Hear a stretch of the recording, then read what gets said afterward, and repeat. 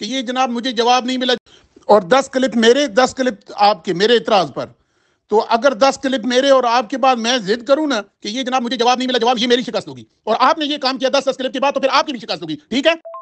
نہیں، پہلے اعتراض تو میرا تھا، میں نے کہا ہے پہلی باری میری ہوگی، اس کے بعد کیونکہ آپ لوگ بھاگ جاتے ہو، پہلے شرائط طے کر لو نا، 10 کلپ کافی ہے نا، پہلے بات کر لیں پھر اس پر آتے ہیں، 10 کلپ بولو، ہاں یہ ٹھیک ہے 10 کلپ ہوں گے، اس کے بعد آگے بات، پھر اعتراض میں کروں گا، آپ نہیں کرو گے۔ آپ پہلے آپ کیوں اعتراض کیا؟ میں نے کیا ہے نا، میں نے پہلے سوال پوچھا تو اس کا جواب دے، طریقہ کار یہ بسم اللہ کیجیے، اس کا جواب دیجیے، 10 کلپ کا جواب دیجیے، پھر میں آپ کو 10 کلپ کا جواب دوں گا۔ کیا تم نے بولو، ایسے نہیں درست ہے، پہلے بولو کہ 10 کلپ ہوں گے وائس میں، کیونکہ بعد میں بھاگ جاتے ہو، جتنے بندے ہیں وہ بھاگے ہیں اس بات سے، تم بولو کہ 10 پہلا اعتراض امجد شہزاد کرے گا، اس پر 10 وائس کلپ اس کے ہوں گے ایک ایک کر کے، ڈبل نہیں کرنا، اور 10 تمہارے ہوں گے جواب میں وضاحت کے، پھر میری باری ختم، اعتراض تمہارا ہوگا، اسی طرح 10 وائس کلپ تمہارے، 10 وائس کلپ میرے، پھر جو انکار کرے کہ نہیں مجھے جواب نہیں ملا، اس کی شکست ہوگی، یہ بولو تاکہ بات شروع کرے۔ پہلے میرے سوالات کے جوابات دو، میں نے شروع کیا ہے، آپ کے 10 سوالوں کے میں پھر جواب دوں گا، میں نے بول دیا، ابھی شروع کیجیے۔ اور پھر قاری صاحب مودودی صاحب کے بارے میں بتا دیجیے کہ مودودی صاحب کی حیثیت کیا تھی، وہ مجتہد گزرے یا مقلد، بس یہ بتا دیں۔ یہی نے جو میں کہہ رہا ہوں، آپ کو سمجھ نہیں آئی تو بات کیوں کرتے ہو یار؟ 10 سوال میں نے کہا ہی نہیں ہے، سوال درجنوں ہیں، سوال کی بات ہی نہیں ہو رہی، دوبارہ میرا کلپ سنو ذرا۔ کہ میں سمجھ گیا نا، ایک موضوع پہ آپ نے 10 وائس کرنے ہیں، میں نے ابھی شروع کیا ہے، اس موضوع مودودی صاحب مقلد تھے یا مجتہد تھے، اس پہ میں 10 وائس کروں گا، 10 سوالات کروں گا، وہ میرا ختم ہو جائے تو آپ کا جو موضوع اس پہ میں جواب دوں گا، مجھے سمجھ آ گئی، لیکن آپ نے شروع نہیں کیا نا، ابھی صبر کریں یار، آپ شروع نہیں کریں، آپ نے بولنا ہے کہ 10 کلپ کرنے کے بعد اگر دوسری کی باری کسی نے نہ دی اس کی شکست ہے، یہ بولے ذرا، کیونکہ یہ میں 20 دفعہ انور تاج بھاگا ہے مجھ سے، درجنوں بھاگ چکے ہیں، اور پھر کہتے ہیں نہیں آپ کی باری مجھے جواب نہیں ملا، جواب تو آپ کو قیامت تک نہیں مل سکتا۔ ہاں یہ بول دینا کہ اگر میں اگلی باری 10 کی بات میں نہیں مانوں گا، نہیں اگر اگلی بات پہ میں نہیں جاؤں گا تو یہ میری شکست ہوگی، یہ بول دیں۔ یہ اعتراف کر رہا ہوں، اگر کوئی اپنی بارے میں جواب نہ دے سکے تو اس کا شکست ہوگا۔ ابھی میں شروع کرتا ہوں کہ امت میں یا مقلد گزرے ہے یا مجتہدین گزرے، تو مودودی صاحب میرا دعویٰ ہے کہ نہ وہ مقلد تھے اور نہ مجتہد تھے، تو مسلمانوں میں ایسا شخص گزرا نہیں مودودی کی طرح، صرف اور صرف ان کی وجہ سے مسلمان فرقہ میں مبتلا ہو گیا، ایک نیا فرقہ وجود میں آیا۔ آپ بتا دیں کہ مودودی صاحب مجتہد تھے یا مقلد، یا ہوگا مجتہد یا مقلد، مسلمانوں میں اس کے علاوہ تیسرا کوئی شخص نہیں گزرا، اگر وہ گزرا ہے اس کا جواب دو۔ آپ جھوٹ بول کے بھاگ رہے ہو بھائی، آپ اتنی مارتے ہو۔ میں 10 وائس کا آپ جواب دے تسلی بخش، اور میں آپ کو جواب نہ دے سکوں یا اگلی باری میں نہ جاؤں تو میری شکست ہوگی، میں اعتراف کر رہا ہوں۔ نہیں کرو گے کہ 10 وائس کلپ کے بعد جو دوسری کی باری نہیں مانے گا اس کی شکست ہے، میں آگے نہیں جاؤں گا، باقی جواب ملا نہ ملا یہ فیصلہ عوام نے کرنا ہے، دیوبندیوں نے نہیں کرنا۔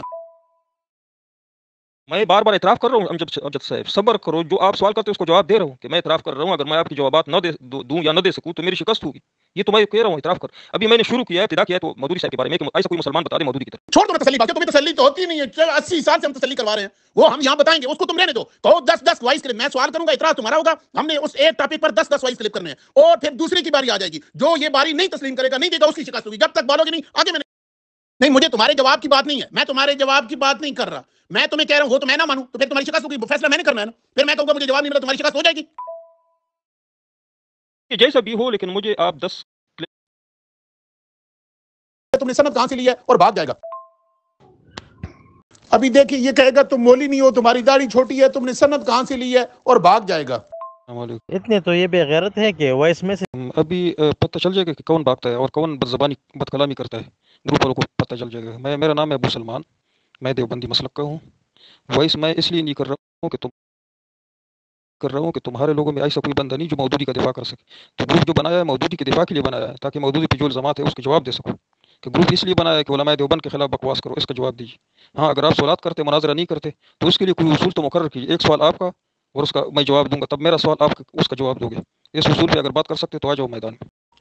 بھائی علماء کرام کے تفردات یہ اسے تمہارے مولویوں کو بھی ذکر ہے، ریمو کر دیتے ہیں، جواب اس کے پاس ہے نہیں تو مجھے ریمو کر دیتے ہیں۔ بھائی گروپ والوں سے میرا التماس ہے کہ میں جب بات کرتا ہوں نا تو آپ لوگ غور سے سنو کہ یہ امجد شہزاد صاحب مجھے کیوں ریمو کرتے ہیں، یہ مجھے ریمو کر دے گا کچھ دیر کے بعد، اور یہ کہ میں بھی وصولی کرتا ہوں یا امجد شہزاد یا ان کے جو ریمو کر دے گا کچھ دیر کے بعد، اور یہ کہ میں بھی وصولی کرتا ہوں یا کہ یہ امجد شہزاد صاحب مجھے کیوں ریمو کرتے ہیں، یہ مجھے ریمو کر دے گا کچھ دیر کے بعد، اور یہ کہ میں بھی وصولی کرتا ہوں یا امجد شہزاد یا ان کے جو پیروکار ہیں، آپ لوگ غور سے سنو، اگر میں نے کہیں غلطی کی یا بدزبانی کی تو آپ لوگ مجھے بتا دیں، لیکن اب امجد شہزاد کو میں نے کئی دفعہ دیکھا یہ مجھے ریمو کر دیتا ہے، جواب اس کے پاس ہے نہیں۔ اور کوئی تمہیں ریموو نہیں کرتا، گالی نہ دو تمہیں ریموو نہیں کرتا، تم مجھے پہلے تم نے کہا کہ میں کروں گا، میں جواب دوں گا، تم نے خود کہا ہے نا، تو آپ جواب دو نا مولانا اپنے دیوبندیوں کے بارے میں۔ کرتا ہوں، میں نے بھائی بتایا امجد صاحب، لیکن بات یہ ہے کہ ایک سوال آپ کا ہوگا اس کا میں جواب دوں تو اس کے بعد میرے سوال کا آپ جو گالی دے بد زبانی کرے یا جھوٹ بولے ان پہ اللہ کی لعنت ہو، فرشتوں کی لعنت آپ دوں گے اس وقت، اگر جو اگر کوئی عذر کے کسی کو ریمو کرے گروپ سے تو ان پر بھی لعنت ہو، تو تم لوگ کہو کہ آمین۔